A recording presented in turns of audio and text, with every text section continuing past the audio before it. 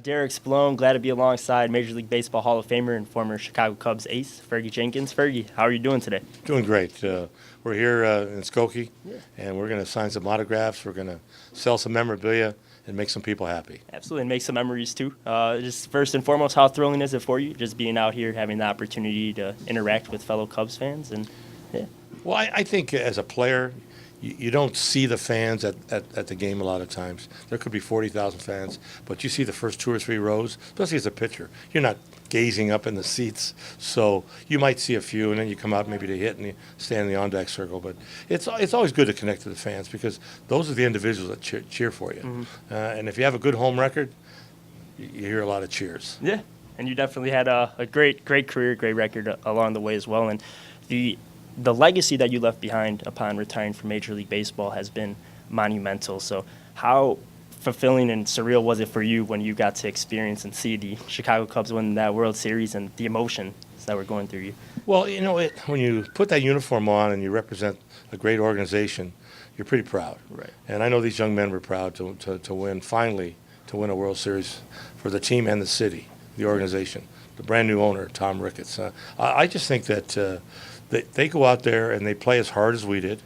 They had a little more success, and that's the reason why they're winners. You tip your hat to them because they had a fantastic season to win 103 games and win the wild card twice and then the playoff World Series. I mean, it takes a lot of hard work to do that. So these young men really played well.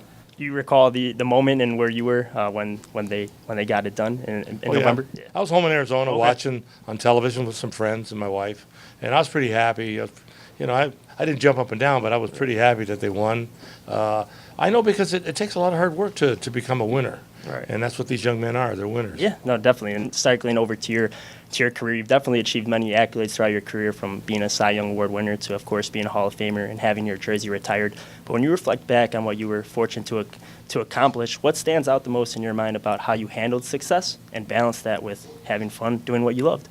Well, I signed right out of high school at the age of 18, and I was in the Philly organization and stayed a couple of years in their minor league system and got to the big leagues in '65. And I thought I did an adequate job to maybe earn a spot with the ball club, but the following season I got traded to Chicago. And you don't know what's going to happen when you get traded to a new team. And I just started to do really good things. All of a sudden, I won ball games.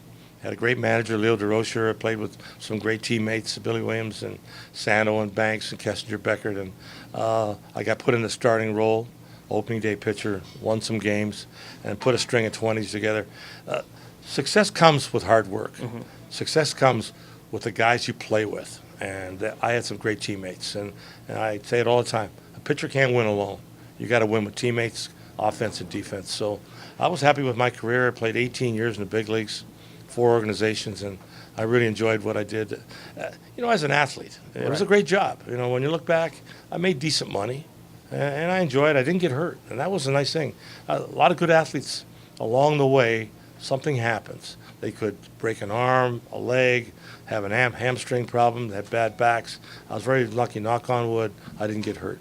Yeah. And along with that, Fergie, I know you made history as well. I think it's fair to say you were the pioneer leading the way for fellow Canadian Major League Baseball players, being the one and only to this day Canadian baseball player to be in the National Baseball Hall of Fame. What was that moment like for you, knowing you've paved the way for the future generations of Canadian Major League Baseball players? Well, as you said, there's a lot of Canadians that played. And nobody wants to be alone in the Hall of Fame.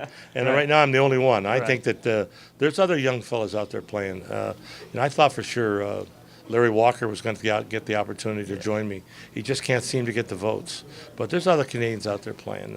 I'm just hoping that if they stay healthy, put some numbers up, and when their career is over, who knows, they might be in the Hall of Fame in Cooperstown with me. Yeah, still some time, right? And definitely. There's all kinds of time. I mean, baseball is still really young. It's only over 100 and some years old. So I think that with the opportunity, and the game is international now.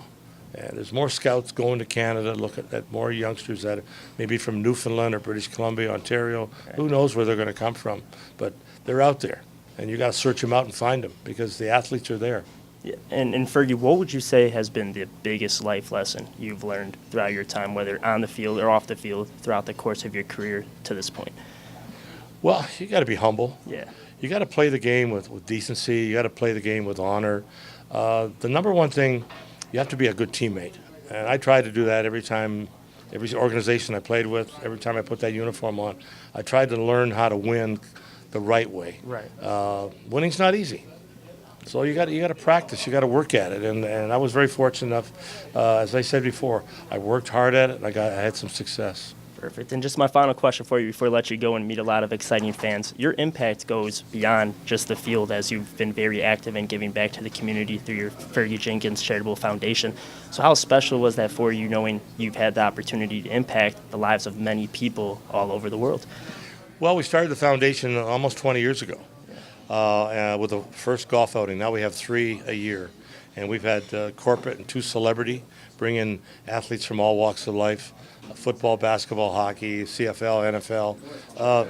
And the nice thing about it is they wanted to be a part of it. So, and the monies we've raised from spring training or all-star games, we donate to all these different charities, from the Red Cross, Special Olympics, juvenile diabetes, cancer research, breast cancer, you name the charity. Yeah. I think I've had an opportunity to donate some money to. So it's been a lot of fun, and the journey's not over.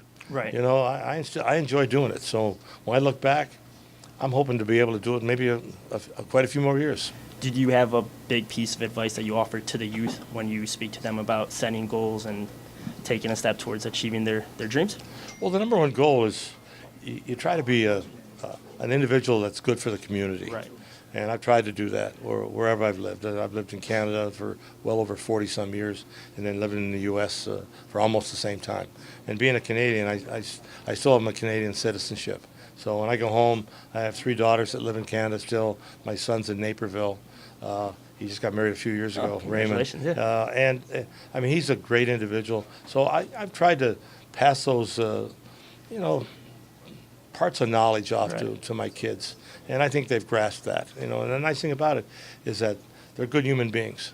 So, and that's what it's all about. Yeah, being a good person, working hard. That's and right. Whatever's meant to happen happens, right? So, for sure. Well, Derek, Spallone, Fergie Jenkins, I really appreciate you Derek, taking the time all out. right, my pleasure. Thank you.